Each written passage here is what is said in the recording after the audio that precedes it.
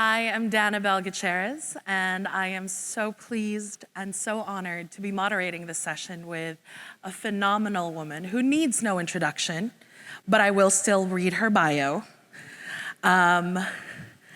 Claudia Rankine is the author of 5 books of poetry, including Citizen, an American Lyric, and Don't Let Me Be Lonely, an American Lyric, 3 plays, including Help, which premiered in March 2020, The Shed NYC, and The White Card, which premiered in February 2018, Arts Emerson American Repertory Theater, and was published by Grey Wolf Press in 2019, as well as numerous video collaborations.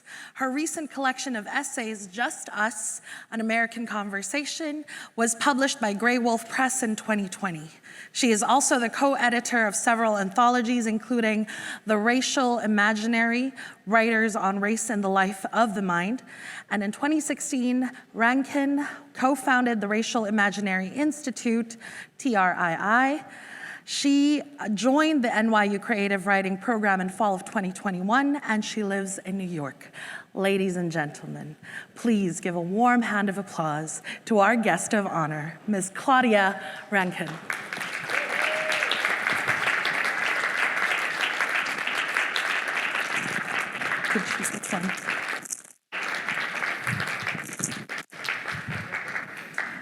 Hi, and welcome to the Emirates Literature Festival. We're so happy to have you here. Thank you, thank you. So we talked about this in the green room. We did.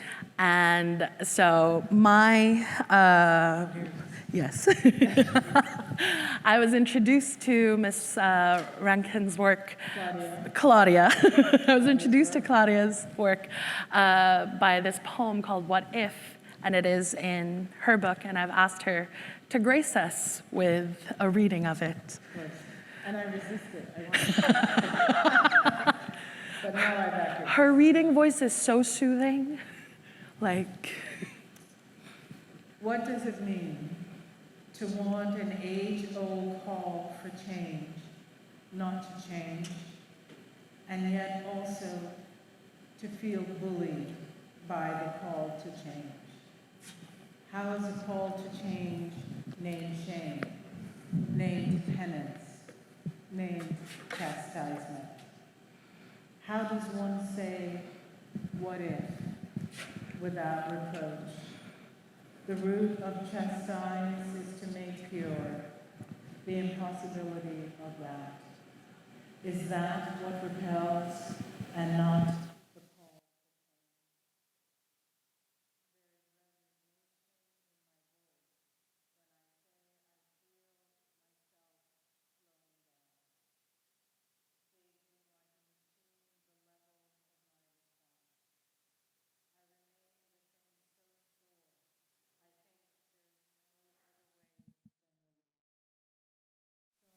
Questions like I know how, in the loneliness of my questioning.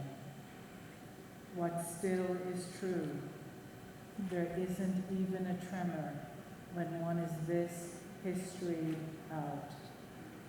I could build a container to carry this being, a container to hold all, though we were never without completeness, we were never to be whole.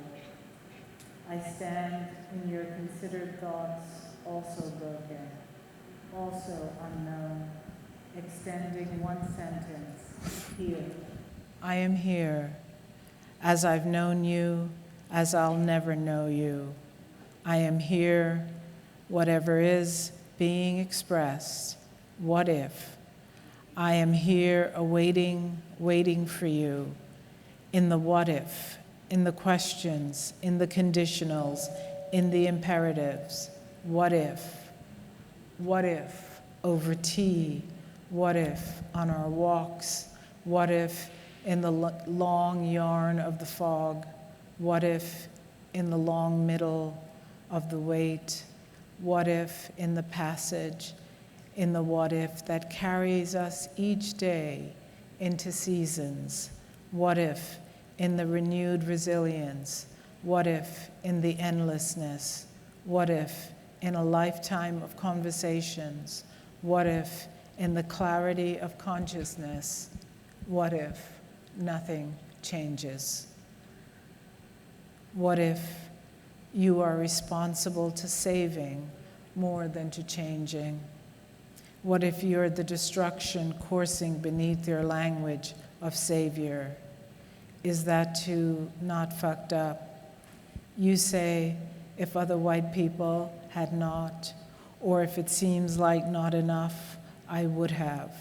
What if the repetitive call of what if is only considered repetitive when what if leaves my lips, when what if is uttered by the unheard, and what if is the cement of insistence when you insist, what if this is? What is it we want to keep conscious, to stay known, even as we say, each in our own way, I so love, I know, I shrink, I'm asked, I'm also, I react, I smell, I feel, I think, I've been told, I remember, I see, I didn't, I thought, I felt, I failed, I suspect, I was doing, I'm sure, I read, I needed, I wouldn't, I was, I should have, I felt, I could have, I've never, I'm sure, I ask. You say and I say, but what is it we are telling? What is it we are wanting to know about here? What if what I want from you is new, newly made, a new sentence in response to all my questions, a swerve in our relation and the words that carry us, the care that carries. I am here without the shrug, attempting to understand how what I want and what I want from you run parallel, justice and the openings for just us.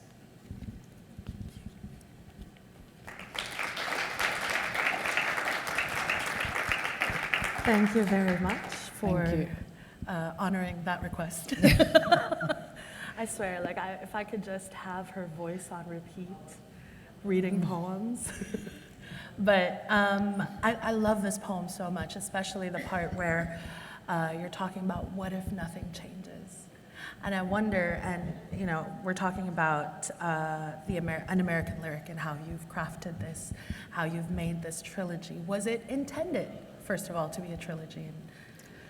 No, I don't. I guess maybe James Bond thinks about trilogies. I don't know the franchise. But when I wrote "Don't Let Me Be Lonely," I just wrote it. Okay. And then the other books became a kind of extension of that. Okay. And it became different ways of thinking about how to think about life in America and the ways in which race functions in America. So it evolved is the answer. Okay. And yeah, so I wanted to ask you, because I've also read your previous work from 20 years ago, and the juxtaposition from that and jumping into Don't Let Me Be Lonely is so wide, because that was, you know, you pick it up, it's a poetry book. You know it's a poetry book. With Don't Let Me Be Lonely, you've got pictures, you've got prose, poetry. What was the craft thinking behind it? And of course the content informs the craft, I suppose. And was it, from jumping off of what if, when you said you wanted something new, was that part of it? You know, I've always been a book person. I think many poets write poems, and I'm always jealous of my poet friends who they will say to me, I wrote a poem today, and I think, oh, that's great.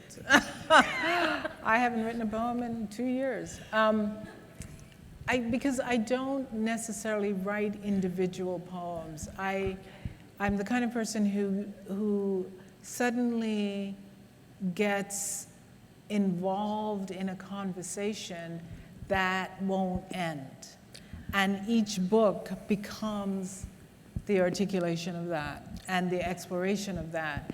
And so even the earlier work, though it's in poetic and lyric form in a way that you might associate with traditional poetry, those books were also questions. Right. There were questions about, one of them, The End of the Alphabet, I had this thought that often people talk to you. I don't know, maybe you all have this experience where people are talking to you and they're saying a lot of words are coming out of their mouths, and you're watching them as they're speaking to you, and you realize they really want to say one thing. I'm sad. I'm sorry. I am in a lot of pain. I'm anxious.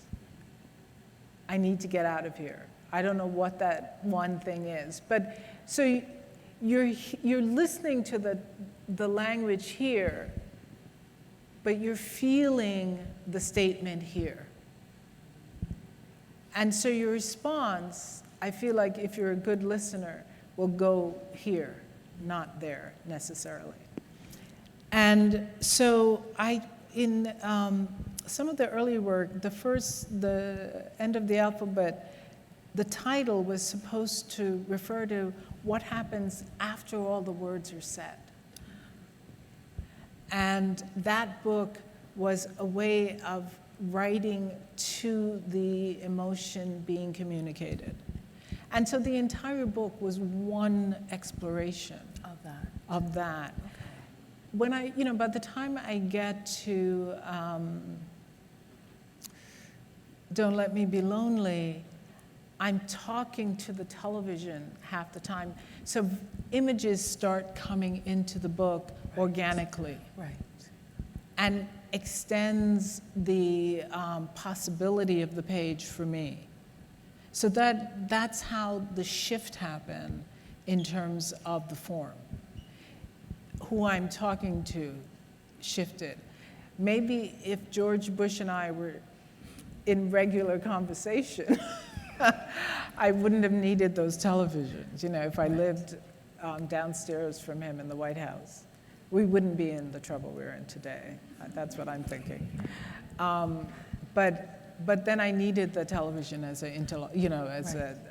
almost like a portal between what the book explores and if you have seen that book, if you squint, you can see Bush's face inside the televisions. He's back there lurking. And yeah, so I suppose, was that the impetus to it? Because we were talking about in the green room how you thought the reason why you wanted to write this, or Citizen at least, I think, was because of a conversation that, I'm often asked how Citizen got written, and that came about because I was teaching and a student said to me, have you read this poem called The Change? And it was a poem about Serena Williams and Venus Williams that was racist. And it was written by a colleague. And, I have been surrounded by white men all my life who are racist, but not necessarily harmful. So he wrote that. I knew he had written it, but I just, you just let certain things wash off you. But when the student said, how is he allowed to be able to write a poem like this and put it out, and all of y'all are not saying anything about it? I thought, oh, okay, now I'm being called, sort of my bullshit is being called. And, but he was my colleague, so again, he was my colleague. So I went to him and I said, one of my students wants to know why you wrote this thing. It's race, and I'm wondering if you would come to the class and talk to them about it, what your choices were, why you would want to write something that could be perceived in that way. And, full disclosure, the students think the poem is racist. And he said, fine, I'll come. And I thought, great, that's great, oh, okay. And he shows up at the class and yells at the class, how dare you question what I do? Who do you think you are? And I was like, this was not what I thought was gonna happen. This is going sideways. And the class consists of all white women, I'm the professor, and one black student. And they're all writers. And the black student says to him, in talking about it, he says, I can write whatever I want. And anyway, I wrote it for white people. And so the black student, in the spirit of conversation, says to him, well, are you, as a writer, allowed to say that you wrote it for white people? What if I said I only wrote this for black people? Would that be okay? Like, are we allowed to say that? And then he yelled at her and said, how dare you talk to me? And that didn't go far. And at that point, I thought, this is not going anywhere. And I said, this is not going anywhere, so you should leave, actually.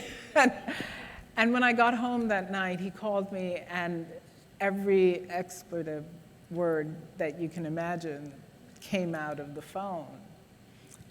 And I'm listening to being called everything starting with B and F and all kinds of things. And finally I said to him, it's okay. We have no practice talking about race in this country. And the go-to response is rage and attack. So why don't we just back up, take a breath, and think about this? And things calm down, And he and I go back to being colleagues, and years pass, literally years pass. And that student, that black student, publishes a book. And life is funny, because he and I have the same publisher. And then that black student publishes her first book, and it's with the same publisher. So now all three of us are roped into a situation together through this publisher. And the publisher at the big writing conference in the US has a reading where people who have published that year read together. And I haven't published anything, so I'm not there. But the student is reading with him. And he reads before her, and he reads a poem that says, black women in their tight dresses walk on the stage getting things they don't deserve. And when he finishes, she has to get up in her tight dress, walk on the stage, and do her reading. And she calls me in tears. She says, this thing happened, what should I do? And I said, you have just published your first book. It's a huge accomplishment. Do nothing. I will do something. But I didn't know what. I was just like, I will do something. I will save the day. But how? I don't know. And then again, months pass, and I get a call that the next year they want me to do the speech at this writing conference. And I think, okay, yes, I'll do it. And I'm going to, but I don't want to talk about an event that happened where I wasn't in the room. I wasn't at that reading, though she told me what happened and other people told me what happened. So I went back to the original event. And I just wrote about it. I said, this is what happened. Why did it happen? Why are writing programs not looking at race, not talking about race when race is at a fundamental position in terms of dynamics in the United States? And the amount of hate mail I received was staggering. People started calling me, who do you think you are? How dare you speak against him? I mean, there were also people who supported me, so I don't want to misrepresent that. There were people, I didn't even know I would need support. And what was odd was when I wrote the thing that I was going to read, I sent it to him. And I said, look, I'm going to read this. Would you like to come? And together, we could talk about this publicly. And he said no. And then some more explicit, BF, a lot of that happened. And then I said, well, if you don't want to come, apparently, would you like to write a response? And he wrote a response. And in his response that he asked somebody else to read, he said, Claudia Rankine is naive about race. And I thought,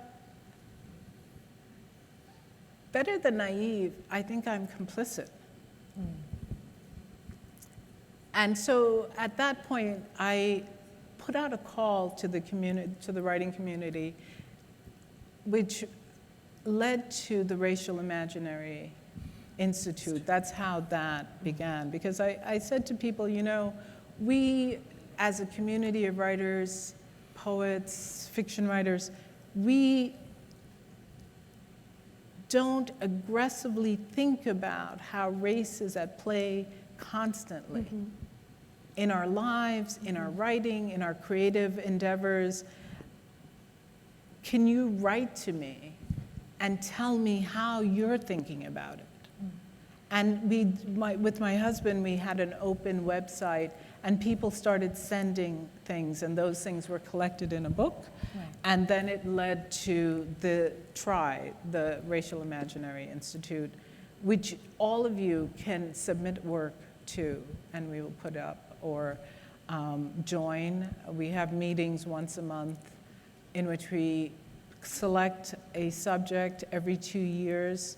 The subject this year is unhuman. And in 2025, we will do a conference looking at how the state of being human has become conditional. And we have members from all over the world. And then we collect things on the website that interrogate how race is constructed and then weaponized and used.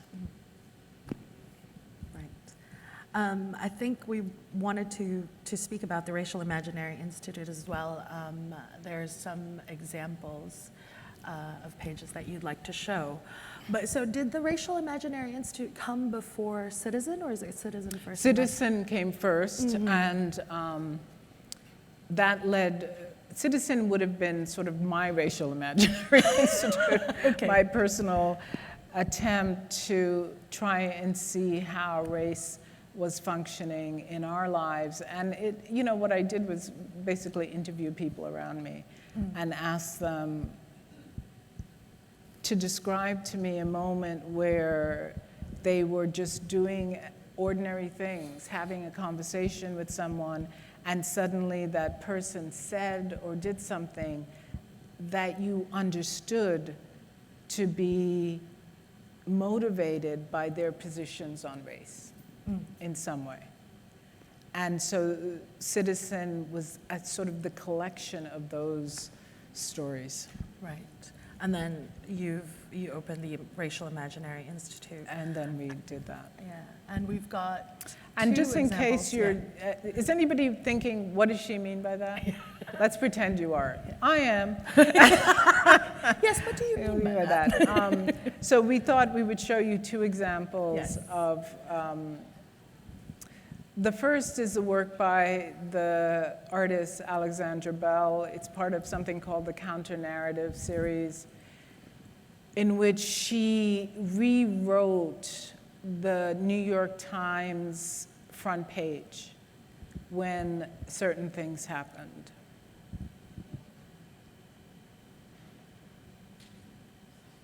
There it is. Olympic threat. So Olympic threat, that's it. That's the one. So you might have remembered, this is an Olympic year, it's in France, but this one was in Brazil. Ryan Lochte was on the swimming team. He claimed there was things happened in a store, it was a robbery, et cetera, et cetera. And basically, all of what happened was done by white American swimmers in the store, but they claimed it was Brazilians who had done it. When the New York Times reported it, they said accused of fabricating robbery, accused of, listen to the syntax of that, accused of fabricating robbery.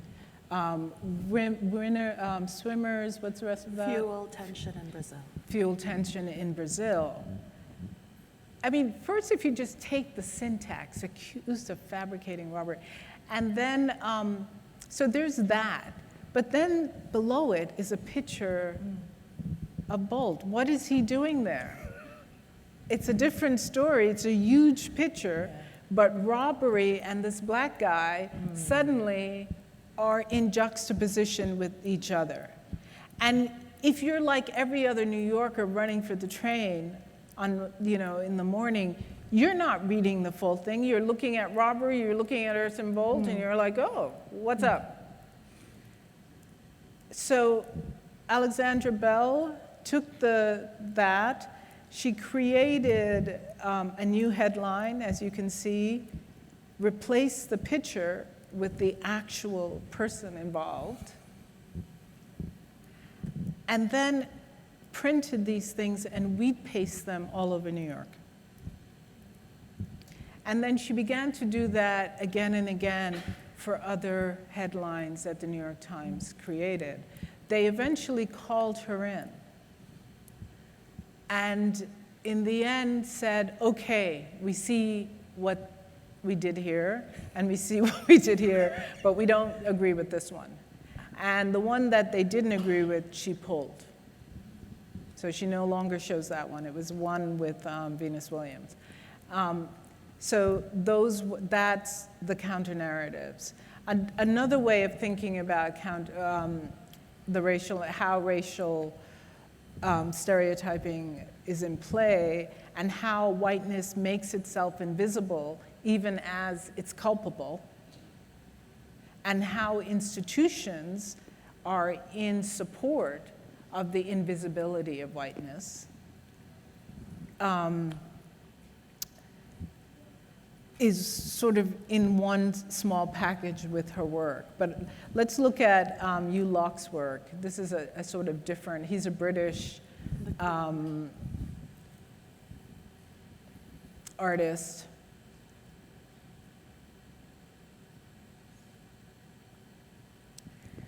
It's called Happy Queen. He did a series of portraits of the royal family. Here's the Queen Mother, and he put, or the Queen, and he put her, the late Queen, he put her on her portrait on cardboard, so that the idea that her relationship to her colonial islands stay present.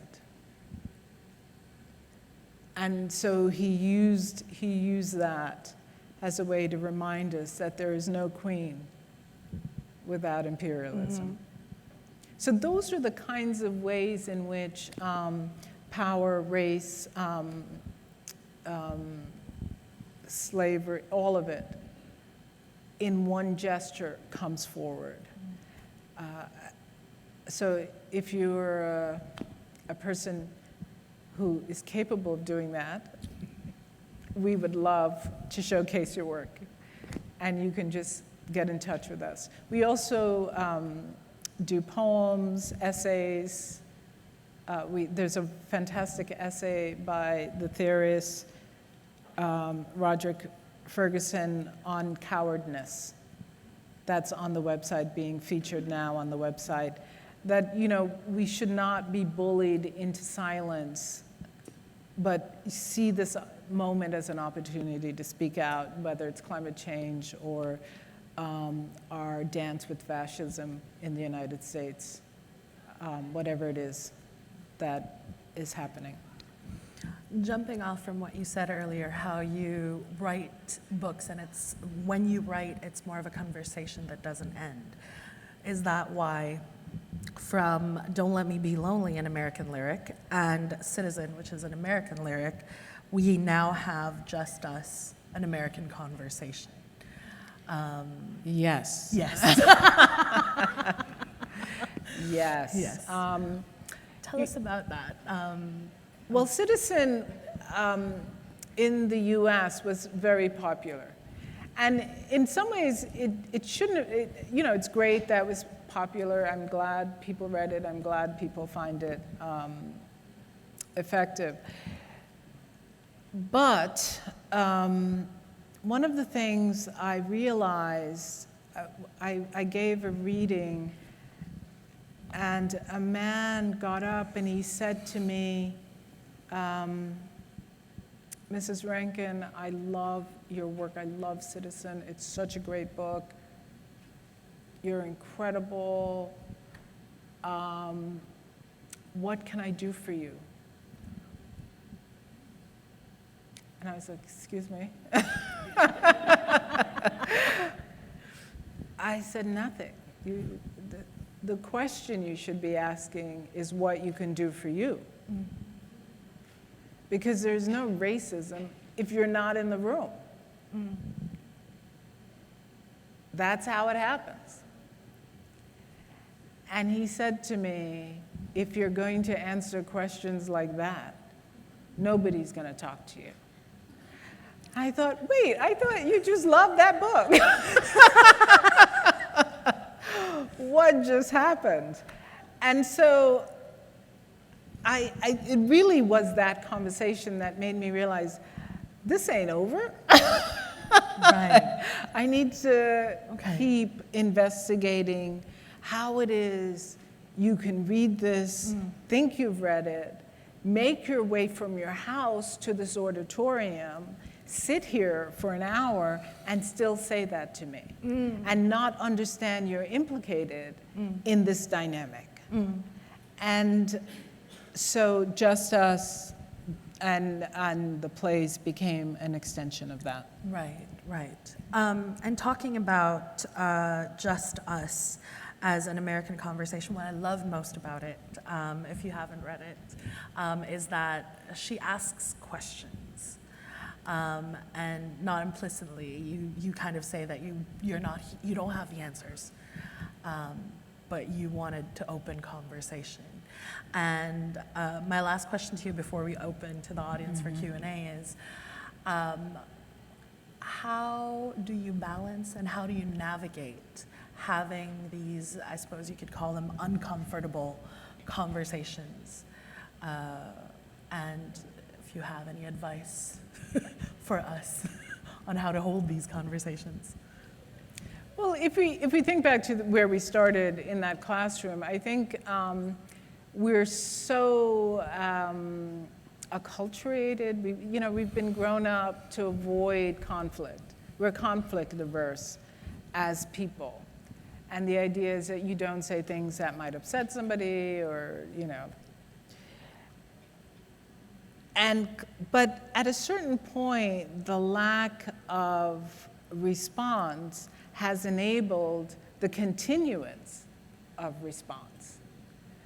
And what I love about this generation now, especially I see it in the classroom with my students, they're like, no, stop right now.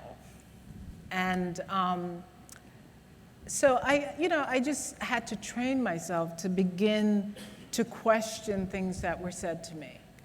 And it wasn't natural. It really wasn't natural to me. Somebody would say something and I would think, what?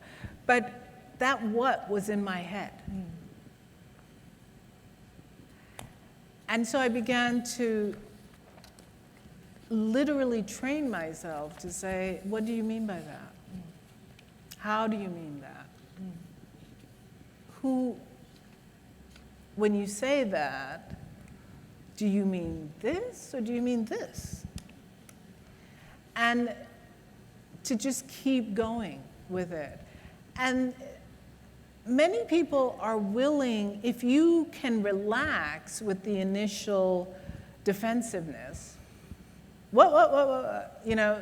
if you can just wait. Sometimes you can just say, don't be defensive, I really just want to know what's happening, what you meant by that. And if you can ride that, you can sometimes get to the next moment where they then begin to explain to you what they think, and what they think might be what you think they think. Right. Right. But that's okay. You already think they think it, and it's just interesting to hear how it is they phrase it. And sometimes the conversation can't happen then, but it will happen later. Like someone will call you back later, having thought about it. Right. And then they're calmed down and they can, because everybody's like, don't call me racist, don't call me sexist, don't call me homophobic, don't call me this, don't call me that. And you're like, the other thing is, this is what I'm hearing. I sometimes do it that way. What I'm hearing is this. I don't know if that's what you intend, but this is what I'm hearing. Yes. I'm reminded of that, one of the essays where you have a friend that you go to a play to, and she responded way afterwards. Way afterwards. Yeah. But with in depth. Yes. And not necessarily different from the original response. But that was okay. Yeah, and that's why you're still friends, is and what that's you said. why we're still friends. I mean, we don't have to agree, but we have to be on the same. I just don't want to feel like I'm carrying secrets. Right. I want us to at least say, I'm a person, you say this thing, this is how I'm hearing it. So, are there any questions from the audience? I think we've got time for a couple. Oh, somebody was going to come to you with a mic.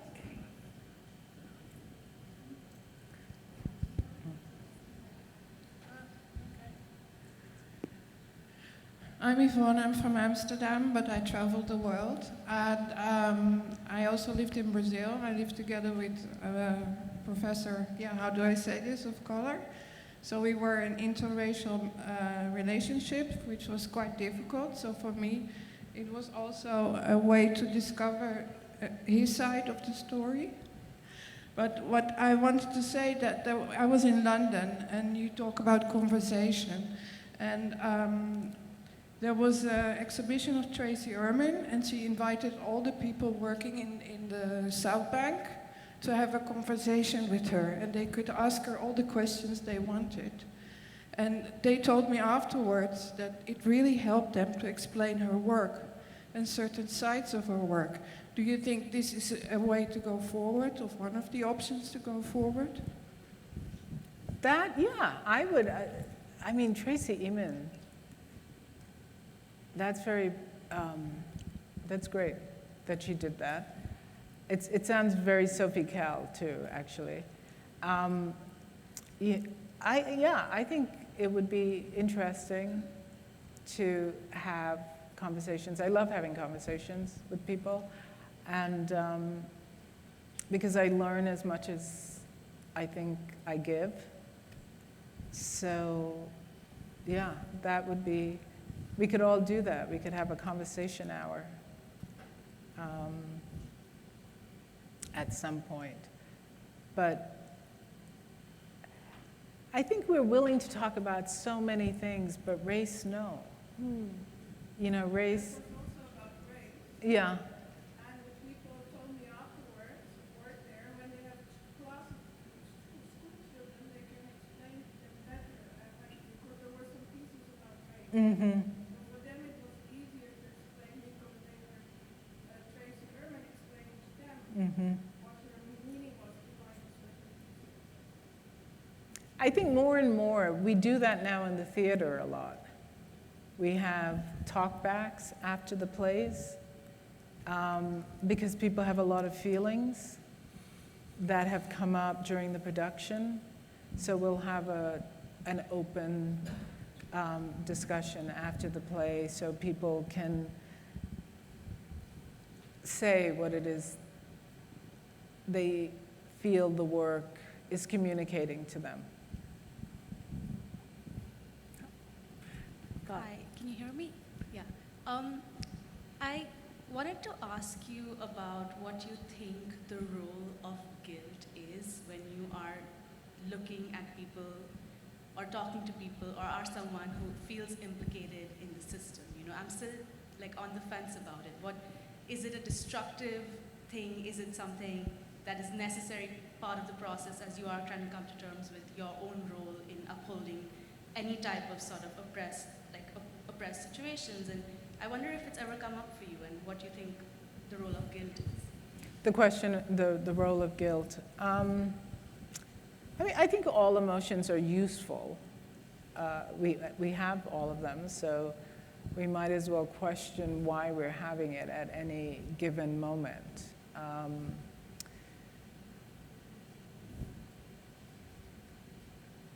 You know, it's also a really great question because it is now one of the motivating factors for shutting things down in the US. They have, many Republicans in red states have decided that we shouldn't speak about slavery because they don't want white people to feel guilty. So they've changed the term slavery to involuntary relocation. They have banned certain books because we can't have white students feeling guilty about the role of whiteness in history. They have shut down certain academics for the same reason, because guilt, according to them, is not productive to white living. So it's also what was happening with those students wasn't that maybe they felt implicated and some guilt, but they were also just now questioning the decisions that were being made going forward. So it's also an attempt to silence those students, even as they claim it's in service of their happiness. I think we've got 2 questions in the front. Oh. Not all Republicans. Some Republicans. Thank you for... Oh, no. Microphone's coming. Hi, A Citizen is one of my favorite books that I reread constantly. And two of the moments that most stand out for me in Citizen, among the many, are the ending painting of Turner and also the juxtaposition of Mark Duggan and Rodney King. And I'm curious about those two moments in relation to the idea of an American lyric, because those two moments also bring up the global with the Atlantic and with the UK and the killing of Mark Duggan and the Rodney King. And I'm curious if you could say more about where the idea of the American lyric stands in relation to the global when you were writing that book, and also bringing in the racist slurs against Algerians, for example, in the text. Where, as you were crafting that book, how you decided then to also make references to places outside of America as well? Well, our brand of anti-Black racism is often localized in Europe and Britain as American. And, people will say, oh my God, what's going on in America? Oh my God. Nothing like that happens here. Whether I'm in France, those are probably the two countries I spend the most time in when I'm not in the US. And so I wanted to say, first of all, we are you. We've come out of the same history. We're reading the same canonical literature. We have been acculturated in very similar ways. And these dynamics are working very similarly. I'm glad to see that in Britain, at least, they have backed up to collect their own history of slavery and racism. And it's now becoming as available for investigation as it is in the United States, I mean culturally. So Steve McQueen's Small Axe, for example, or what would be another, I think the art scene has been doing it for a long time. And then in France, I've always loved Claire Denis' work for that reason. She's always been interested, one, in the colonial project, and two, in how race functions in France. So you talked earlier about the power of counter-narratives, particularly in reference to the Racial Imaginary Institute. I've done a little bit of work on restorying or how restorying is portrayed, particularly in diverse picture books. So I'm just interested, as a professor, how do you encourage or empower perhaps your students to do counter-narratives or to do restorying or to even perceive the concept of joy as revolutionary, for example? That's a good question. One of the ways in which we are triggered imaginatively is through recognition. So as a professor, I feel like my own role is to bring to my students as many examples as possible. And it's when you see a thing, with, for example, Alexander Bell's piece, often you're reading the paper and you're like, why are they saying this? This is not how it happened, or this is not how it should go.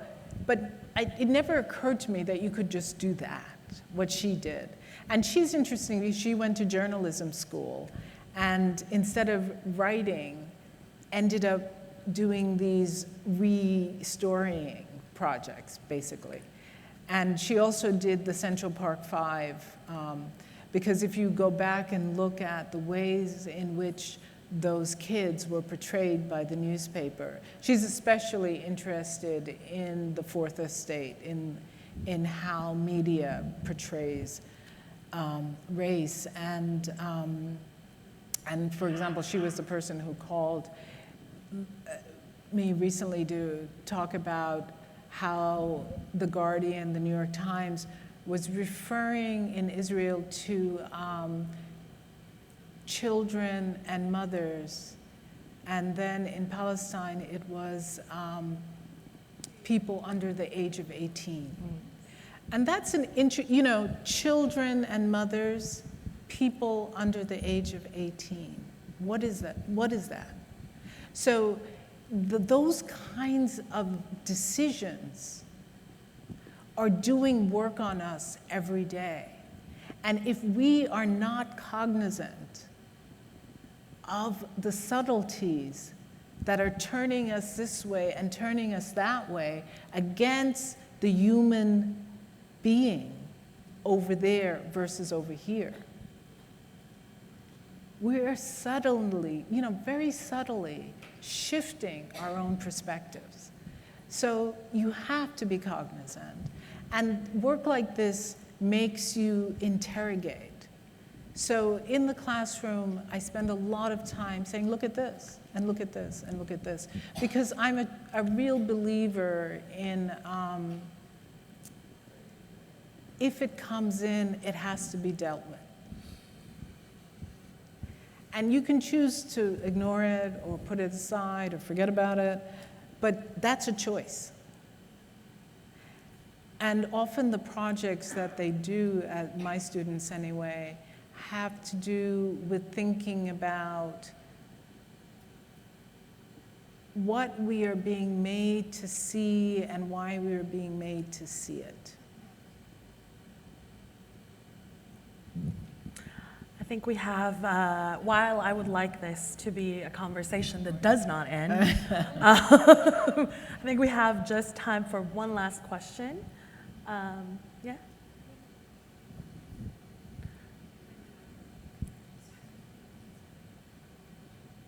Thank you so much for your work. It helps us think about difficult things and to articulate them as well. And I just wanted to ask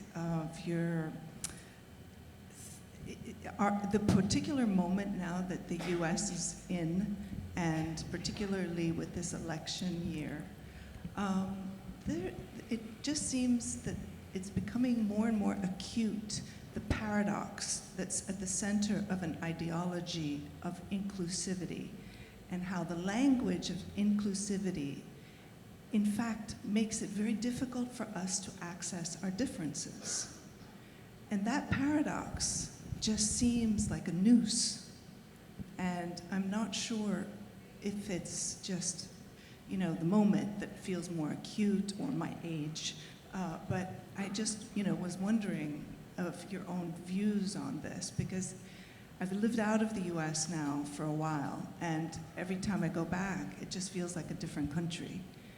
And this sense of the noose is the visceral reaction to that sense, that for a country that's about inclusivity, it seems to be increasingly intolerant. Well, I think one question is, was it ever really about inclusivity? I mean, the rhetoric, certainly yes. The ideas around democracy, certainly yes. But the history of genocide, the history of slavery, the history of immigration laws that were about keeping certain people out and allowing certain people in, the housing legislation that allowed some people to live and some people to buy and some people not to buy, and so so I could spend the rest of the day listing the ways in which it was never about inclusivity. And so in a way, you might argue that we are in a better place in the sense that that has been made apparent. And now the question is, once a thing is made apparent, what is going to happen? In order to get back to the delusion of inclusivity, are we going to have to implement the most fascist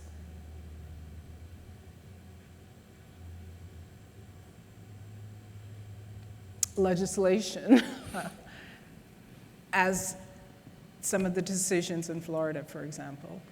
Are we going to ban books? Are we going to, what are we going to do? Are we going to ask people, as DeSantis has asked, to state their political affiliations, if they want to keep their jobs, not teach certain classes or certain books or certain authors, if they want to keep their jobs? Are we, you know, all of those kinds of things are already happening.